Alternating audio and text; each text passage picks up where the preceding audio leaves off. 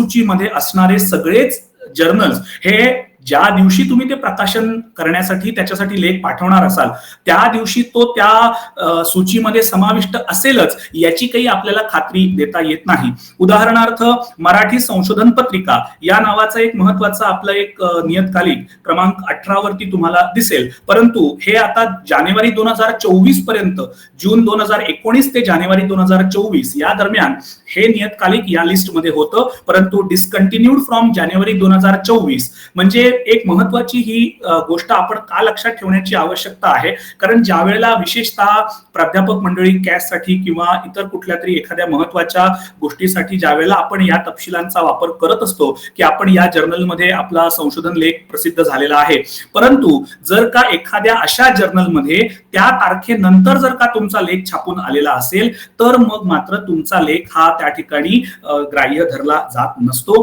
आता उदाहरणार्थ नव अनुष्टुप हे आपल्याकडचं एक महत्वाचं नियतकालिक होतं आणि जून 2019 ते जुलै 2022 एवढ्या पुरतच ते त्या सूचीमध्ये समाविष्ट होतं, परंतु जुलै 2022 पासून म्हणजे गेली 3 वर्ष आता जवळपास हे नव अनुष्टुप हे नियतकालिक जे आहे ते त्या लिस्ट मधून आपल्याकडे वगळण्यात आलेलं आहे. आता उदाहरणार्थ अशी पंचधारा आहे किंवा परिवर्तनाचा वाटसरू आहे, प्रतिष्ठान आहे, पुरोगामी सत्यशोधक, रंगवाचा, साधना, समाज प्रबोधन पत्रिका अशी अनेक ही नियतकालिक ही आताही तुम्हाला त्या सूचीमध्ये पाहायला मिळतात.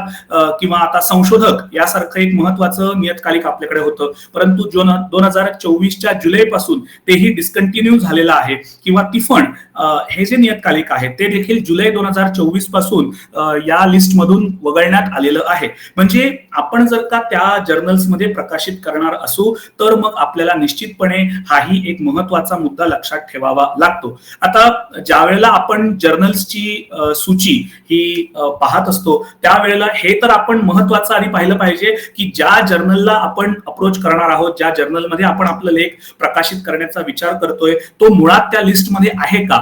आणि त्यानंतर दुसरा जो महत्वाचा मुद्दा आपल्याला पाहावा लागतोय तो म्हणजे की आता आपल्याला ज्या प्रकारचा लेख लिहायचा आहे तर तो लेख यातल्या कोणत्या जर्नलमध्ये प्रकाशित होऊ शकेल. आणि हे जर का आपल्याला बघायचं असेल तर मग यानंतरचा जो एक पुढचा टप्पा आहे, आता काही जर्नल्स UGC केअर मध्ये सध्या समाविष्ट झालेले आहेत तर त्यांची एक सूची किंवा त्यांचं एक प्रातिनिधिक स्वरूपात त्यातले काही जर्नल्स जे आहेत ते मी तुम्हाला दाखवू इच्छितो.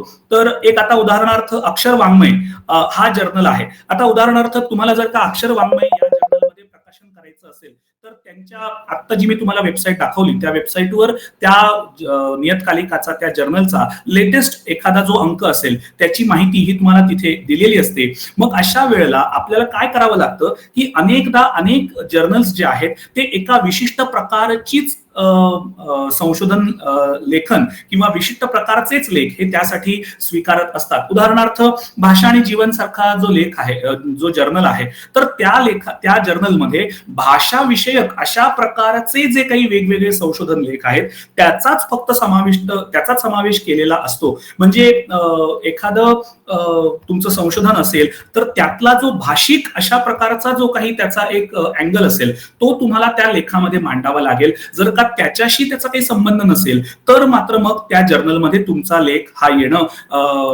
शक्य नसतं. आता उदाहरणार्थ इथे आपल्याला अक्षर वाङ्मयचा हा एक ग्रंथ पाहायला मिळतो.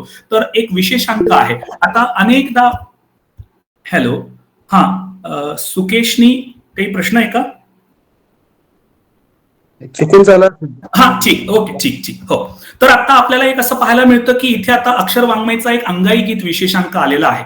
अनेकदा आपल्याला हाही एक मुद्दा पाहायला मिळतो की अनेक जर्नल्स हे आपल्या आगामी अंकांसाठी एखादा महत्वाचा मुद्दा, एखादी थीम, एखादा विशेषांक जाहीर करत असतात. मग अशा वेळेला आपण त्या विषयाच्या संदर्भात काही लिहू शकतो का याचा देखील आपल्याला विचार करता येतो.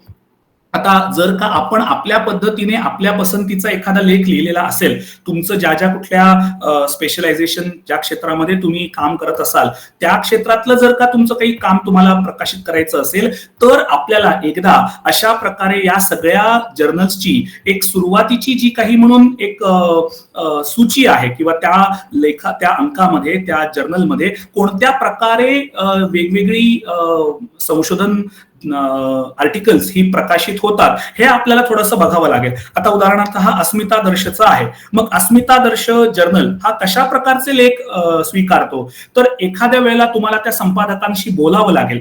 म्हणजे उदाहरणार्थ आता समाजातल्या समाज जाणीवा किंवा समाजातील लोकांचं जीवन, आता दलित साहित्य प्रेरणा आणि स्वरूप अशा या नावाचा एक लेख या ठिकाणी आपल्याला इथे पाहायला मिळतो. आता एखाद्या जर्नलमध्ये आपल्याला वेगवेगळ्या प्रकारची वर्गीकरण देखील केलेली पाहायला मिळतील. उदाहरणार्थ एखाद्या लेखामध्ये, आता उदाहरणार्थ अस्मितादर्श आपल्या समोर आहे, त्यामध्ये संशोधन लेख त्यांनी घेतलेले आहेत, परंतु त्याचबरोबर कथा, समीक्षणात्मक आणि सर्जनशील कविता अशा प्रकारचं देखील त्यांनी त्यामध्ये एक वर्गीकरण केलेलं आहे किंवा असे काही वेगळे टप्पे देखील त्यामध्ये त्यांनी दिलेले आहेत, वेगळ्या कॅटेगरीज त्यांनी केलेल्या आहेत. तर एखाद्या रिसर्च पब्लिकेशन करणं एवढ्यापुरतं आपण मर्यादित न राहता आपण एखादं ललित अशा स्वरूपाचं किंवा सर्जनशील अशा स्वरूपाचं जे आपलं लेखन आहे ते देखील अनेकदा या जर्नल्समध्ये आपण प्रकाशित करू शकतो. एक महत्वाची गोष्ट जी सगळ्या शिक्षकांनी आणि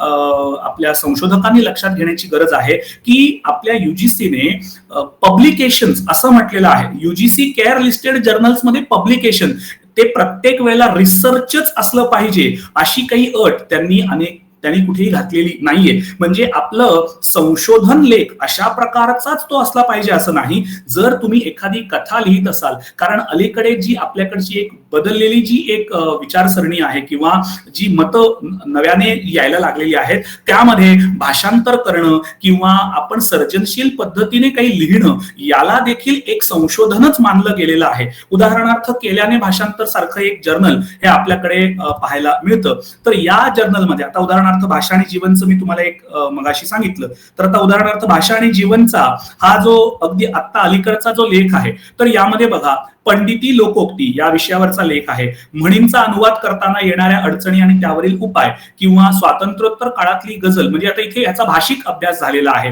किंवा अशा वेगवेगळ्या उदाहरणार्थ बेळगावी भाषेचा बाज किंवा भाषा विषयक साहित्य संमेलनाचे आयोजन, असं भाषेच्या संदर्भात जे म्हणून काही काम झालेलं आहे त्याविषयीचे लेख हे त्यामध्ये आलेले आपल्याला पाहायला मिळतात.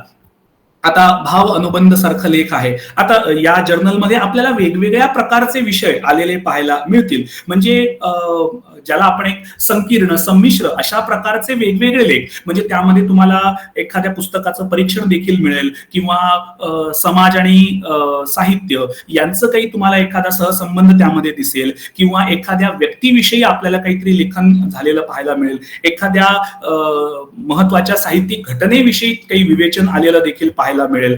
किंवा मग आता आपल्याकडे कविता रती सारखा एक जर्नल हा आपल्याला पाहायला मिळतो. आता विशेषतः कविता रती हा फक्त कवितेला वाहिलेला अशा प्रकारचा एक जर्नल असल्यामुळे आपल्यापैकी ज्यांचा कवितेशी जर का संबंध नसेल तर मग आपल्यासाठी आपल्या दृष्टीने हा जर्नल हा त्या लिस्ट मधून आपण वगळायचा हे आपण निश्चित करावं लागेल. कारण जर का आपण कवितेवरचं काही संशोधन करणार नसू किंवा आपण तसं करत नसू, जर का तो आपल्या अभ्यासाचा आणि संशोधनाचा भाग नसेल तर मग आपल्याला कविता रती हा जर्नल आपल्या लिस्टमधून आपल्याला तो बाजूला करावा लागेल. कारण इथे आपल्याला फक्त कवितेच्याच अवतीभोवती जे काही मुद्दे आहेत तेच फक्त त्यामध्ये आलेले पाहायला मिळतात.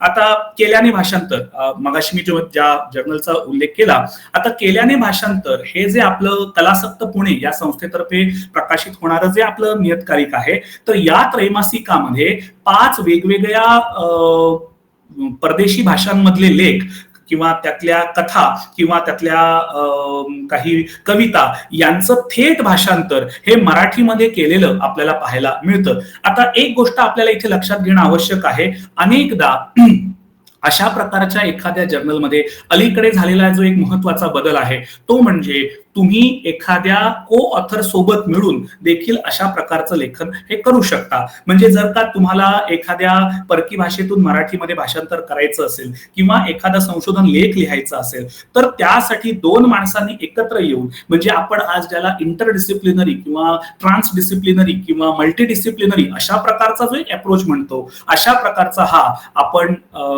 अप्रोच मराठीतल्या आपल्या नियतकालिकांमध्ये देखील, युजीसी केअर लिस्टेड जर्नल्स मध्ये देखील आणू शकतो. तर इथे आपल्याला पाहता येईल की मॅक्झिम गोर्की किंवा इतर अशा अनेक परदेशी लेखकांचं साहित्य हे या ठिकाणी आपल्याला जर्मन, फ्रेंच किंवा रशियन अशा अनेक भाषांमधून आपल्याला साहित्य जे आहे ते मराठीमध्ये या केल्याने भाषांतर सारख्या नियतकालिकामध्ये आलेलं पाहायला मिळतं. आता ललित हे जे आपलं नियतकालिक आहे तर त्यामध्ये वेगवेगळ्या प्रकारचे लेख आपल्याला आलेले दिसतात. आता यामध्ये अनेक प्रकारचे लेख आपल्याला येताना दिसतात. ते नेहमीच आपल्याला काही फक्त संशोधन लेखच असतील असं नाही. अनेकदा एखाद्या पुस्तकाचं परीक्षण देखील असू शकतं, एखाद्या महत्वाच्या विषयावरचं आपलं मत असू शकतं.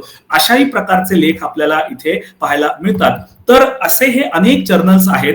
मी सहज तुमच्या माहितीसाठी हे स्क्रोल डाऊन करत जाईन आणि हळूहळू तुम्ही त्यातले महत्वाचे जे विषय आहेत ते पाहू शकता. आता पंचधारेसारखं एक महत्वाचं जर्नल, आता या पंचधारेचे 4 विशेषांक हे आम्हीच केलेले होते. तर अनेक लेखक त्यांच्यासाठी त्यांच्या मदतीने हा पंचधारेचा जो विशेषांक केलेला होता प्रकारांतर माध्यमांतराचा, तर त्यासाठी देखील अनेकदा जर्नल्स जे आहेत हे तुम्हाला ती संधी देत असतात की त्या विषयाचा जो काही एक महत्वाचा मुद्दा आहे तो तुम्ही तुमच्या संशोधन लेखाच्या माध्यमातून मांडू शकता. आता परिवर्तनाचा वाटसरू हे एक आपल्याकडचं नियतकालिक आहे, किंवा मग आपल्याकडे प्रतिष्ठान आहे, किंवा पुरोगामी सत्यशोधक आहे. आता ही वेगवेगळी जर्नल्स तुम्ही एकदा निवांतपणे जर का ते पाहून त्याचं अवलोकन केलं, त्याचं निरीक्षण केलं, तर तुमच्या लक्षात येईल की वेगवेगळ्या जर्नल्सचा आता रंगवाचा हे जे एक रंगभूमीतला वाहिलेलं नियतकालिक आहे कोकणातून प्रकाशित होणार, तर हे नियतकालिक हे जे त्रैमासिक आहे हे केवळ पूर्णपणे रंगभूमी नाटक या संकल्पनेला वाहिलेलं आहे. त्यामुळे आपल्यापैकी जे नाटकाच्या क्षेत्रामध्ये काम करतायत किंवा ज्यांना नाट्य क्षेत्राशी संबंधित काही एखादा लेख आपला प्रकाशित करायचा असेल तर त्यांनी निश्चितपणे या अशा जर्नल्सला अप्रोच करायला हरकत नाही, किंवा त्या जर्नलचा विचार आपण करू शकतो. सर्वधारा सारखं एक आपल्याकडे जर्नल आहे, किंवा त्यानंतर आपल्याकडे मसाप सारखं फार महत्वाचं असं एक आपल्याकडे त्रैमासिक आहे. युगवाणी सारखं विदर्भातून प्रकाशित होणारं एक महत्वाचं नियतकालिक. तर या वेगवेगळ्या नियतकालिकांचं जर तुम्ही नीट अवलोकन केलं, त्यामध्ये नेमके कोणत्या प्रकारचे लेख प्रकाशित होतात, कदाचित एखाद्या वेळेला संपादकांशी बोलणं किंवा संपादक मंडळातल्या एखाद्या व्यक्तीशी आपण बोलणं, हे जर का आपण करू शकलो तर मला वाटतं निश्चितपणे आपल्याला त्या जर्नलमध्ये कशा प्रकारचा आपला एक संशोधन लेख प्रकाशित करता येणं शक्य आहे हे देखील आपण त्यांच्याकडून जाणून घेऊ शकतो. आणि अनेकदा आपल्याला त्या जर्नलची एक रूपरेषा जी आहे किंवा त्यांचा जो विषयाचा जो काही आवाका आहे तो लक्षात आला की त्याप्रमाणे जर्नल सिलेक्शन म्हणजे कुठल्याही एखाद्या महत्वाच्या जर्नलची ज्या वेळेला आपण निवड करत असतो त्यावेळेला मला ज्या प्रकारचं लेखन करायचं आहे तो विषय त्या जर्नलमध्ये घेता येण्यासारखा आहे का. म्हणजे उदाहरणार्थ भाषा आणि जीवन सारखं असेल, किंवा कविता रतीसारखं जे फक्त विशिष्ट एखाद्या, किंवा रंगवाच्यासारखं असेल जे फक्त रंगभूमीशी संबंधित आहे. आता मी जर का कवितेच्या संदर्भात काही लेखन करणार असेल तर मग मला रंगवाच्या या जर्नलचा मला काही उपयोग नाही, हे मात्र मी निश्चितपणे त्या ठिकाणी मान्य करावं लागतं. मग अशा वेळेला आपल्याला कविता रतीसारखा एखादा जर्नल, किंवा मग कवितेतल्या भाषेच्या संदर्भात मी काही भाषिक अंगाने जर काही लिहिणार असेल तर मग भाषा आणि जीवन सारखा लेख जर्नल असेल, तर अशी ती निवड आपल्याला करावी लागते. आता एकदा का ही निवड तुम्ही केली की मग त्या जर्नल्सचे स्वतःचे काही निकष असतात की शब्द मर्यादा किती आहे. म्हणजे फारच अगदी वर्तमानपत्रातल्या एखाद्या लेखासारखा 500-700 शब्दांमध्ये आपल्याला तो लेख लिहिता येत नाही. साधारणपणे 1,500 ते 2,000 शब्दांचा लेख हा आपल्याला त्यासाठी लिहावा लागत असतो. परंतु ते करत असताना देखील आपल्याला त्याची एक सुरुवातीची प्रस्तावना, त्यानंतर विषयाची पूर्ण नीट मांडणी, आणि त्यानंतर एक संशोधन लेख म्हणून आपल्याला त्याचे काही निष्कर्ष आणि तळटीपा, त्यानंतर त्याचे संदर्भ, हे सगळे आपल्याला आता MLA 9 फॉर्मॅट आपण त्याच्यासाठी वापरत असतो. तर त्या पद्धतीने हे सगळं आपल्याला त्या ठिकाणी द्यावं लागतं. आणि हे अशा प्रकारे जर का आपण केलं तर निश्चितपणे मला वाटतं आपल्यातल्या अनेकांचं उत्तम प्रकारे संशोधन लेखन हे आगामी काळामध्ये होणं शक्य आहे. महत्वाचे जे मुद्दे जे मला आज तुम्हाला सांगायचे आहेत ते म्हणजे तुमचं ज्या प्रकारचं लेखन आहे, ज्या क्षेत्रामध्ये तुम्हाला काम करायचं आहे किंवा जो काही तुमच्या स्पेशलायझेशनचा इंटरेस्टचा जो भाग आहे त्याच्याशी मिळते जुळते असे जर्नल्स कोणते आहेत हे एकदा आपल्याला त्या सूचीमधून पाहावं लागेल. आणि एकदा का ती सूची तुमच्या नजरेखालून गेली, एकदा का तुमच्या लक्षात आलं की त्या ठिकाणी कोणत्या प्रकारचे लेख छापले जातात, जर का तुमची तयारी असेल एखाद्या नव्या विषयावर काम करायची तर वेल अँड गुड, म्हणजे एखाद्या रिसर्चरच्या दृष्टीने हे फार चांगली गोष्ट आहे. परंतु तुमचा जो एक स्वतःचा एक जो बाज आहे किंवा जे स्पेशलायझेशनची जी एरिया आहे त्याला अनुषंगून जर का तुम्ही काही लेखन सुरू करणार असाल तर तुम्ही अशा प्रकारे त्या एका स्पेशलाइज्ड जर्नलसाठी तो प्रयत्न करायला हरकत नाही. एक महत्वाचा मुद्दा असाही आहे की अनेकदा म्हणजे रिसर्च जर्नल्स असल्यामुळे रिजेक्शन ही गोष्ट अनेकदा तुमच्या वाट्याला सुरुवातीच्या काळात तरी किमान येण्याची शक्यता आहे. म्हणजे चांगलं लेखन जर का आपल्याला व्हायला हवं असेल तर किमान 2-3 वेळेला तरी तो तुमचा लेख माघारी येईल, त्यावर काही सजेशन्स येतील, त्यावर तुम्हाला काही सुधारणा सूचना येतील, हे आपण निश्चितपणे त्या ठिकाणी गृहीत धरलं पाहिजे. आणि त्याची मानसिक आणि एक अकॅडमिक तयारी ही निश्चितपणे मला वाटतं.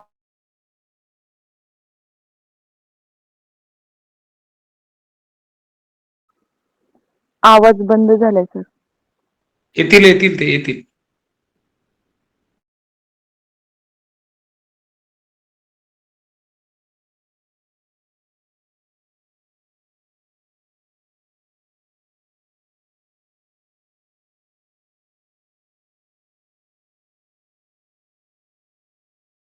हे असं आपण ज्याला म्हणतो की एक मुळात विषय काय आहे, मला अमुक एका विषयावरती लिहायचं आहे, तर त्या विषयाची जी एकूण व्याप्ती जी आहे ती वाढवणं आणि प्रॉपर तो एक पूर्ण लेख तयार करणं, या सगळ्याचा जो प्रयत्न आहे तो आपण जर का आपल्या एकत्रित प्रयत्नातून जर का आपण करू शकलो तर वेगवेगळ्या विषयातल्या विद्यार्थ्यांना किंवा वेगवेगळ्या विषयातल्या आपल्या जाणकारांना एकत्र घेऊन, उदाहरणार्थ आता विज्ञान साहित्याच्या संदर्भात एखादा लेख जर का तुम्हाला लिहायचा असेल तर मग विज्ञान क्षेत्रातला एखादा माणूस आणि आपल्या कला क्षेत्रातला एखादा माणूस यांना एकत्र आपण जर का आणू शकलो तर असा काही प्रयत्न आपल्याला करता येईल का, हेही असे प्रयत्न आपण करून बघायला हरकत नाही.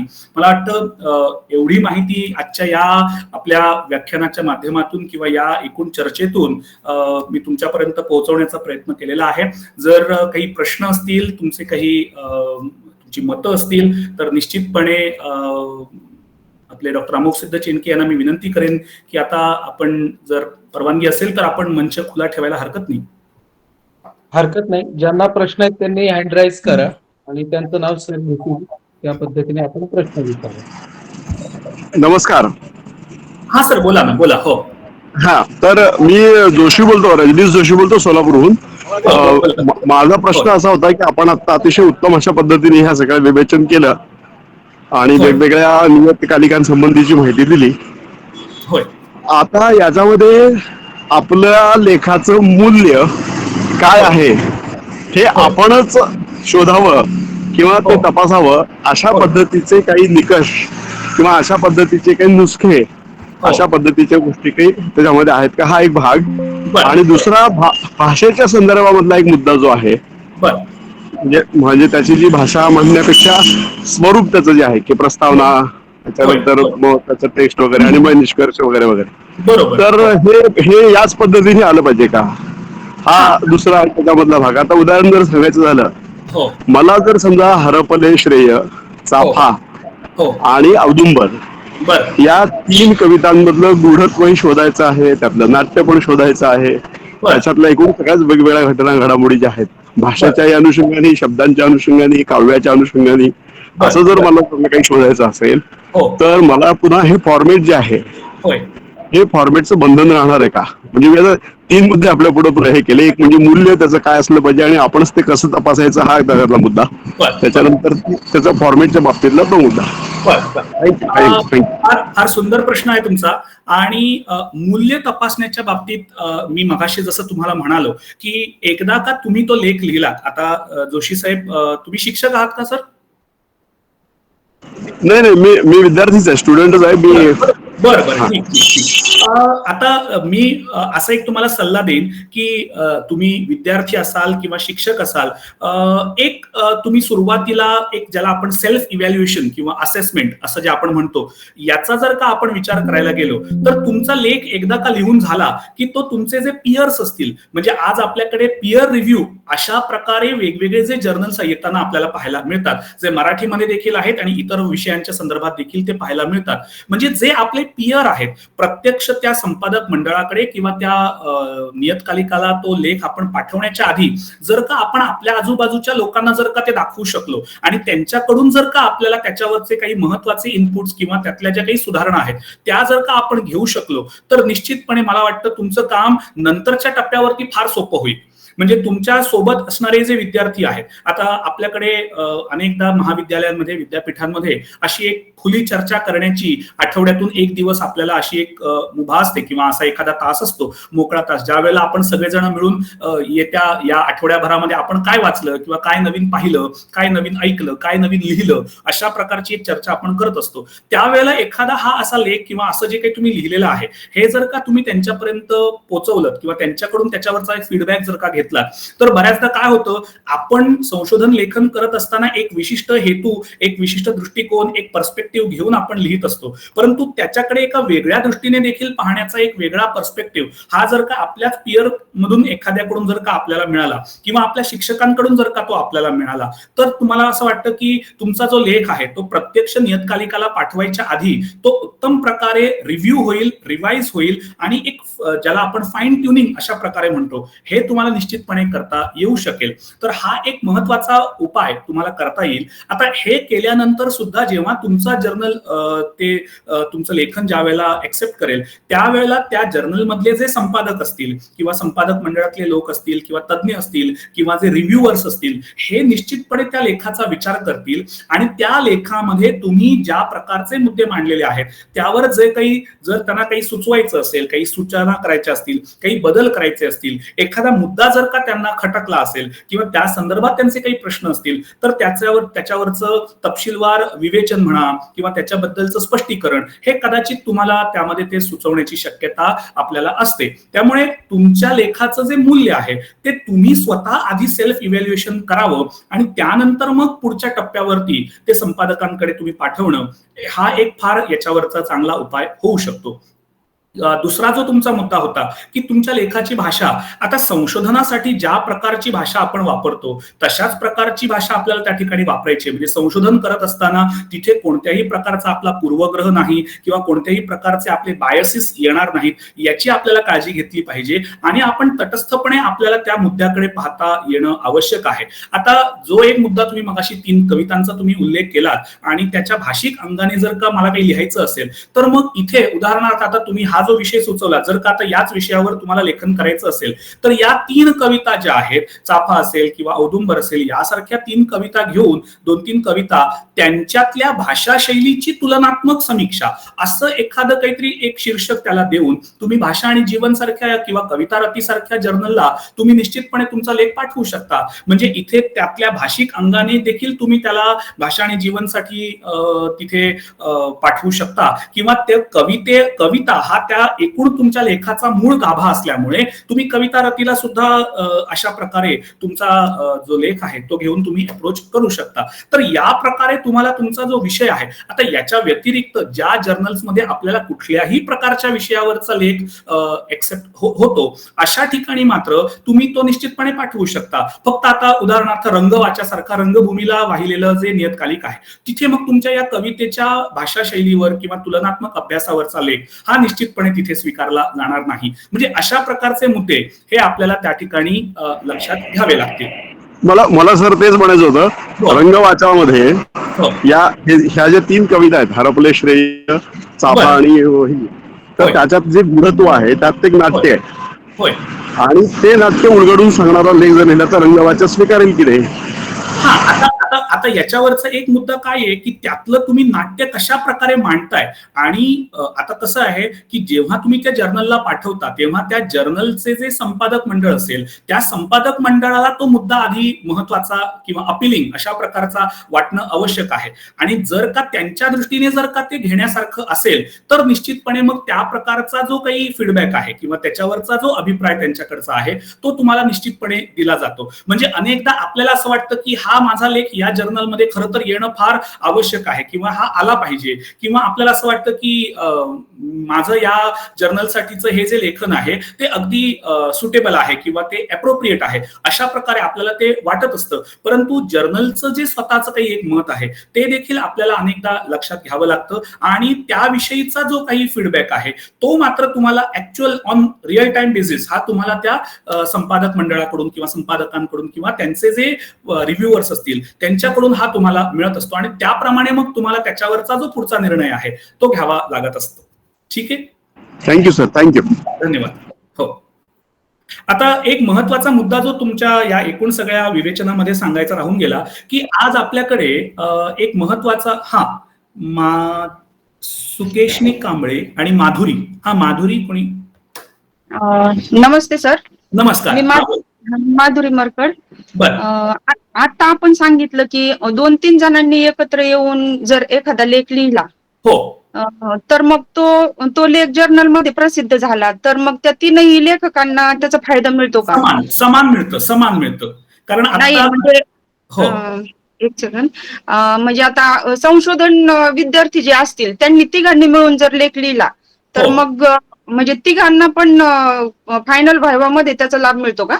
हा, आता फक्त तुम्हाला एक काम करावं लागेल. काही जर्नल्स काही वेळेला अशा प्रकारे को ऑथरशिप घेत नाही. त्यामुळे तुम्ही फक्त ते लिहिण्याआधी एकदा जर्नलकडे एकदा बोलून घेणं हे आवश्यक आहे. परंतु आता मगाशी मी जे तुम्हाला पंचधारेचं जे एक पेज दाखवली तर त्या पंचधारेच्या काही लेखांमध्ये आम्ही म्हणजे मी स्वतः माझ्या एखाद्या मित्रासोबत म्हणा किंवा दुसऱ्या एखाद्या रिसर्चर सोबत मिळून त्याच्यावर लेख लिहिलेले आहेत. म्हणजे उदाहरणार्थ ज्या वेळेला आपण पीएचडी करत असतो त्यावेळेला अनेकदा आपण आपल्या मार्गदर्शकांसोबत जी काही चर्चा करतो आणि त्यांच्यासोबत को ऑथरशिप मध्ये आपण लेख लिहितो तर अशा वेळेला खरं तर दोघांनाही त्याचा फायदा हा समान प्रमाणात मिळत असतो. आता इथे आपल्याला समान प्रमाणात म्हणजे इक्वल डिस्ट्रीब्युशन का होतं? कारण स्कोपस किंवा अशा प्रकारच्या स्कोपस इंडेक्स जर्नल जे असतात तिथे फर्स्ट ऑथर, सेकंड ऑथर अशा प्रकारचं असतं. आपल्याकडे पहिला आणि दुसरा अशा प्रकारचं काही त्याच्यामध्ये वर्गवारी केली जात नसते. दोन्ही लेखक, दोन्ही ऑथर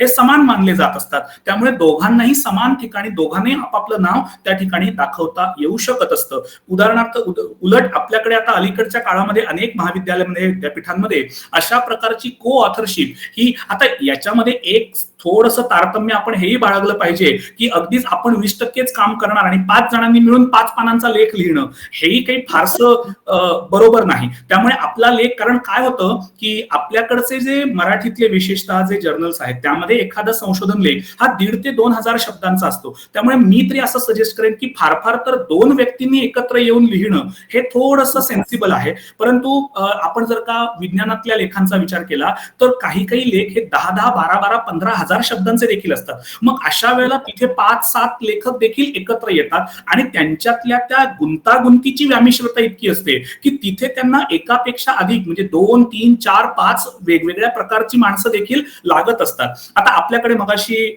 जसं आपण आता कविता आणि त्यातलं नाट्य अशा प्रकारचा, मग एखादा कवितेतला जाणकार आणि एखादा नाट्याचा जाणकार किंवा मग एखाद्या आता औदुंबर सारख्या कवितेतलं गूढ अशा प्रकारचं जीवनवादी तत्वज्ञान असा एखादा मुद्दा असेल तर मग तत्वज्ञानातला एखादा तुम्ही कोणीतरी जाणकार तुमच्या सोबत घेऊ शकता. पण मी तरी असं सजेस्ट करेन की 2 पेक्षा अधिक आपल्याकडे कोलॅबोरेटर्स नसावेत किमान. धन्यवाद. धन्यवाद. तर एक महत्वाचा मुद्दा जो आता मगाशी आपल्या प्रश्नाच्या आधी राहून गेला की ज्या प्रकारची भाषा, मगाशी जोशीजींनी विचारलं की ज्या प्रकारची भाषा अपेक्षित आहे. आता एकूण लेखाचं जो स्ट्रक्चर आहे तो जर का बघितला तर त्याच्या संदर्भात आपल्याकडे मला वाटतं फक्त एक हकारा हा जो एक जर्नल आहे त्यांच्या त्यांच्या होम पेजवर नेमका लेख कशा प्रकारे आपल्याला अगदी इन पर्टिक्युलर कशा प्रकारे हवा आहे याच्याबद्दलचे काही तपशील तिथे दिलेले आहेत. परंतु इतर जर्नल्समध्ये असं फार आपल्याला काटेकोरपणे अमुकच पद्धतीने ते हवंय अशा प्रकारे आपल्याला तिथे पाहायला मिळत नाही. विशेषतः आपल्याकडचे जे स्कोपस इंडेक्स जे जर्नल्स आहेत वेगवेगळे जागतिक स्तरावरती प्रकाशित होणारे Q1, Q2, Q3 अशा प्रकारच्या वेगवेगळ्या स्तरांवरती प्रकाशित होणारे जे जर्नल्स आहेत तर त्या जर्नल्समध्ये आपल्याला त्यांची एक आर्टिकल सबमिशन फॉर्मॅट नावाची एक गोष्ट आपल्याला त्या ठिकाणी त्यांच्या वेबपेजवर पाहायला मिळते. म्हणजे तुमच्या जर्नलची सुरुवात कशी असावी, त्यामध्ये सुरुवातीला आपण ज्याला एक प्रस्तावना म्हणतो तर तो ऍब्स्ट्रॅक्ट आपल्याला त्याच्यामध्ये त्यांना द्यावा लागतो. म्हणजे त्यात ऍब्स्ट्रॅक्टची एकूण शब्द मर्यादा किती असावी, अनेकदा 200 ते 300 शब्दांमध्येच तो आपल्याला ऍब्स्ट्रॅक्ट मांडावा लागतो. अनेकदा कीवर्ड्स आपल्याला त्यामध्ये द्यावे लागत असतात आणि त्यानंतर आपल्या लेखाचं जे स्वरूप आहे ते त्यामध्ये त्यांनी मुद्देसूद टप्पेवार पद्धतीने सांगितलेलं असतं. आता अशा प्रकारची कोणतीही व्यवस्था आपल्याकडे इतकी बारकाईने काटेकोरपणे केलेली आपल्याला पाहायला मिळत नाही. परंतु एक साधारणपणे स्ट्रक्चर जो आपण आपल्या व्यवस्थेनुसार आपल्याला एक स्वतःला एक सवय घालून घ्यायला हरकत नाही ती म्हणजे विषयाची एक प्रस्तावना, त्यानंतर त्या विषयाचे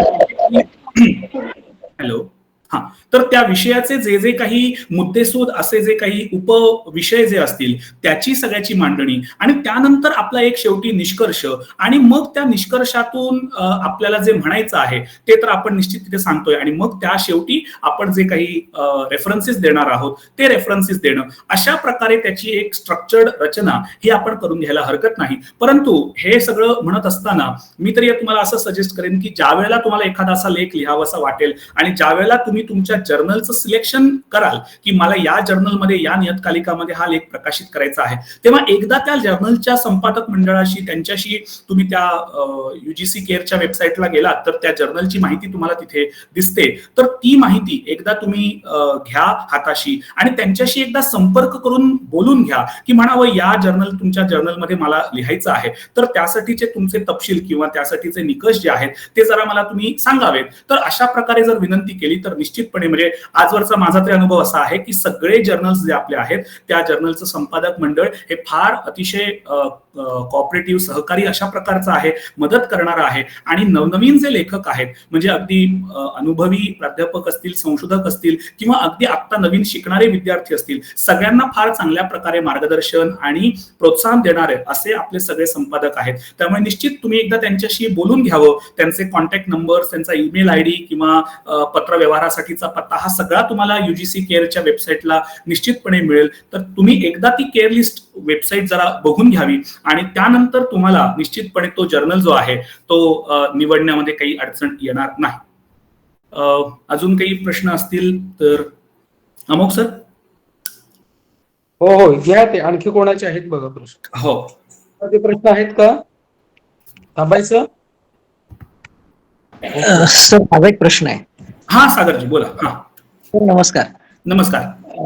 तुम्ही आता बऱ्याच नियतकालिका संदर्भातला उल्लेख केला. अर्थात मी तुमचा भाषा आणि जीवन मधला पण लेख वाचलाय, मसपातला पण लेख वाचलाय आणि पंचधारेतला पण लेख वाचला. आपली बऱ्याच चर्चा पण झाली त्या अनुषंगाने. तुम्ही सगळे मुद्दे त्यातले अगदी स्पष्टपणे सांगितलेत. पण एक प्रश्न असा आणि अनुभव पण असा आहे की आपल्याकडचं जे काय संपादक मंडळ आहे ते लवकर आपल्याला आपला लेख स्वीकारला आहे की नाही या संदर्भात कुठलंही रिप्लाय देत नाही लवकर. त्यामुळे बऱ्याचदा असं होतं की एकतर आपल्याकडे त्रैमासिक स्वरूपातले हे सगळे अंक आहेत. त्यामुळे जर त्रैमासिकात नाही आलं तर पुन्हा आणखी 3 महिने थांबावं लागतं. अर्थात ते आपली थांबण्याची तयारी असायला पाहिजे. तर ही सगळी यंत्रणा आपल्याकडे नाहीये जी सायन्समध्ये स्कोपस आणि जो तुम्ही उल्लेख केला तिकडे आहे किंवा सायन्सच्या सगळ्या जर्नल्स मध्ये ते आहे.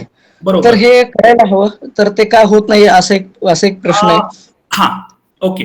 कारण अस्मिता दर्शेचा जो तुम्ही आता म्हणाला एक वैचारिक भूमिका घेऊन तो अंक येत होता तेव्हा पंतानुसार काम करत होते. पण त्यानंतर मात्र तसं काही रेग्युलेशन त्याचा अंक आलेला आपल्याकडे दिसत नाही किंवा अक्षर वाङ्मय आता जो तुम्ही अंगाई गीताचा जो विशेष अंक काढला त्याच्यानंतर काय होतं हे कळत नाही. मसपाचा अंक आता अपडेटेड नाहीये किंवा त्यांच्या वेबसाईटवरती सुद्धा पण ते काही दिसत नाही. या सगळ्या यंत्रणेसंदर्भातला तुमचा अनुभव आणि काय यावरती मत आहे. बरं.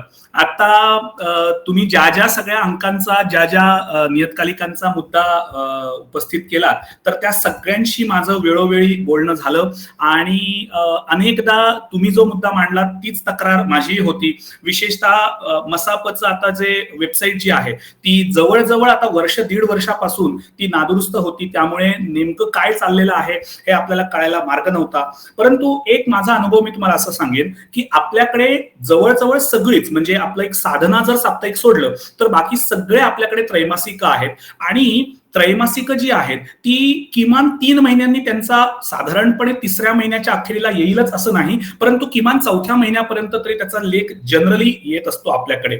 विशेषतः आता हा जो तुम्ही मुद्दा सांगताय, माझा तरी असा अनुभव आहे की आपल्याकडे कोविड नंतर बऱ्याच जर्नल्सच्या बाबतीमध्ये ही एक महत्वाची अडचण आपल्याला दिसून आलेली आहे की कोविडमध्ये आपल्याकडे खूप मोठा गॅप त्यामध्ये पडला आणि त्या दरम्यान लेख मिळवणं किंवा त्या लेखांचं संपादन करणं, त्या लेखांची उजळणी करणं, त्याची फेर तपासणी करणं आणि ते पुन्हा लिखित पुनर्लेखन त्याचं करून घेणं, या सगळ्यामध्ये आणि महत्वाचं म्हणजे कोविडच्या काळामध्ये सगळ्या प्रकारे आपल्याकडची प्रकाशन छपाईची सगळी यंत्रणा बंद असल्यामुळे जवळजवळ 2-2, 3-3 वर्षांचा बॅकलॉग मागच्या अंकांचा हा अनेक जर्नल्सचा पडून आहे.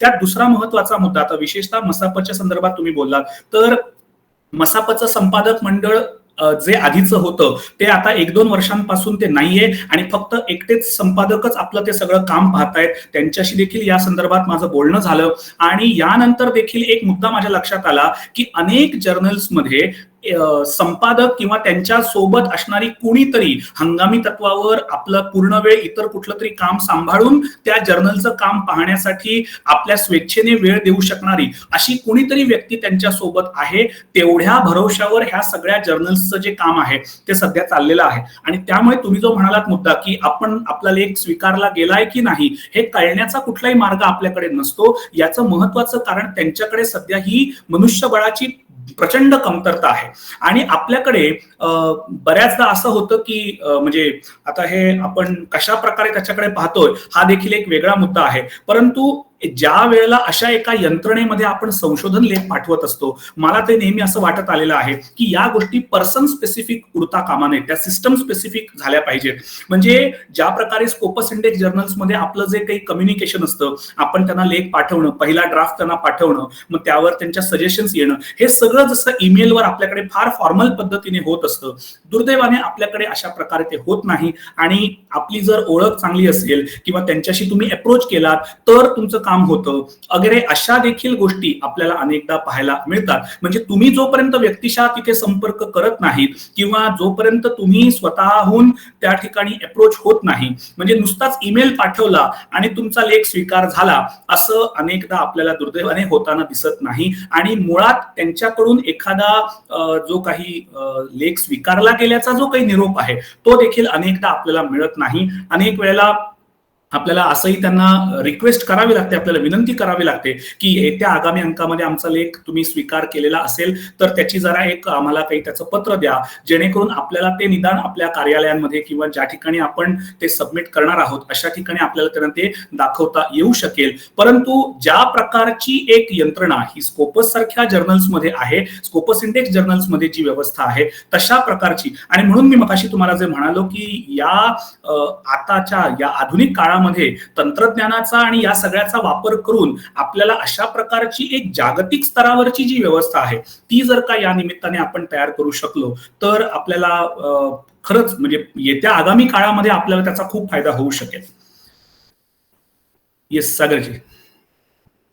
बरोबर आहे, आपली बरीच चर्चा झाली. हा अमोक प्रश्नांना विराम द्यायला हवं असं वाटतंय. तर आपण अनेक गृहिणी आहेत त्यांना स्वयंपाकाकडे जावं लागेल. बरोबर. तर हे आहेत का आपले सागर खोत आणि सोमेश्वर ढगे, काय नियोजन तुमचं? ढगे सर. हॅलो हॅलो आता आपण समारोपाकडे वळूयात. UGC केअर लिस्टेड नियतकालिके आणि त्यासाठीचं संशोधन लेखन या अतिशय महत्त्वाच्या विषयावरती आदरणीय डॉक्टर चिन्मय गैसार सरांनी एक महत्त्वपूर्ण मार्गदर्शन आणि महत्त्वपूर्ण मुद्दे आपल्या सर्वांसमोर ठेवलेले आहेत. QGC केअर लिस्टेड जर्नलची ओळख असेल, त्याची गरज काय आहे. सरांनी प्रत्यक्ष वेबसाईट दाखवली, त्यानंतर महत्त्वाच्या जर्नलचा आढावा घेतला. आपल्या लेखनासाठी आपण कोणत्या जर्नलची निवड करावी किंवा त्यासाठी येणारे अडथळे कसे पार करावेत आणि आपल्या विषयाची मांडणी कशी करावी, या सर्व मुद्द्यांच्या अनुषंगाने अतिशय सविस्तरपणे सरांनी आढावा घेतला. त्याचबरोबर जोशी सर असतील, सुरवशे सर असतील, माधुरी मरकड मॅडम असतील, यांनीही नेमके प्रश्न विचारून या चर्चासत्रासाठी विस्तार केला. त्याबद्दल मी या सर्वांचे मनपूर्वक आभार मानतो. त्याचबरोबर संकुलाचे संचालक आदरणीय doctor Gautam Kamble sir, Amok सिद्ध सर, विद्या मॅडम यांचे देखील मी मनापासून आभार मानतो. आणि यानंतर काही सूचना असतील तर अमोक सिद्ध सर सूचना करतील. एक मिनिट, मी आता बोलतो फक्त. अगदी पहिल्या फोनवरच आमचे मित्र चिन्मयजी घैसास तयार झाले यासाठी, आणि त्यांनी खूप उत्स्फूर्ततेने हे जवळपास मला वाटतं 1.25 तास अखंडपणे बोलत होते सर. छान. मी त्याचं मनापूर्वक विद्यापीठाच्या वतीने, आपण सर्व संशोधक विद्यार्थ्यांच्या वतीने त्यांचा आभार मानतो. या प्रसंगी मध्ये पुन्हा आमचे उपस्थित काही माझे सहकारी आणि मित्रवर्य आहेत, त्यांची मी नावं घेतोय. आमच्या विद्या काळे मॅडम आहेत, विद्या लेंडवे मॅडम आहेत, सागरजी सुरोस आहेत, कविवर्य तुषार पाटील आहेत, प्राध्यापक किरण गाडवे आहेत, संभाजी पटायत सर आहेत, धोत्रे सर, धारक मॅडम आदी अशी सगळी लोक आहेत. आणि काव्यशील नाटक रम्यम असा एक प्रश्न जोशी सरांनी केला. खूप छान त्याचं उत्तर आणि दीर्घ उत्तर चिन्मय सरांनी दिलं. एकूणच गुणवत्ता, विश्वासार्हता आणि संशोधनातील नीतिमूल्ये या संदर्भातील सगळी एक सकारात्मक चर्चा इथे झाली. एकूण मराठी नियतकालिकांचं वास्तव, लेख छापण्यासंदर्भातली सगळ्या ह्या गोष्टी, एक संशोधक म्हणून आपल्याला ज्या काही गोष्टी माहीत असायला हव्यात, म्हणजे को ऑथरशिप घेऊन लिहिणं असेल, अशा अनेक गोष्टींचा उलगडा ह्या सगळ्यातून झालेला आहे.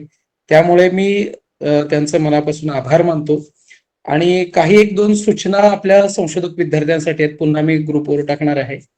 तर 21 तारखेला आंतरराष्ट्रीय आपल्याकडे 8-9 एप्रिलला जी आंतरराष्ट्रीय परिषद होणार आहे, त्याच्या संदर्भातली उद्या 4 वाजता माननीय संचालक महोदयांची एक बैठक आहे, आपल्याशी संवाद करणार आहेत.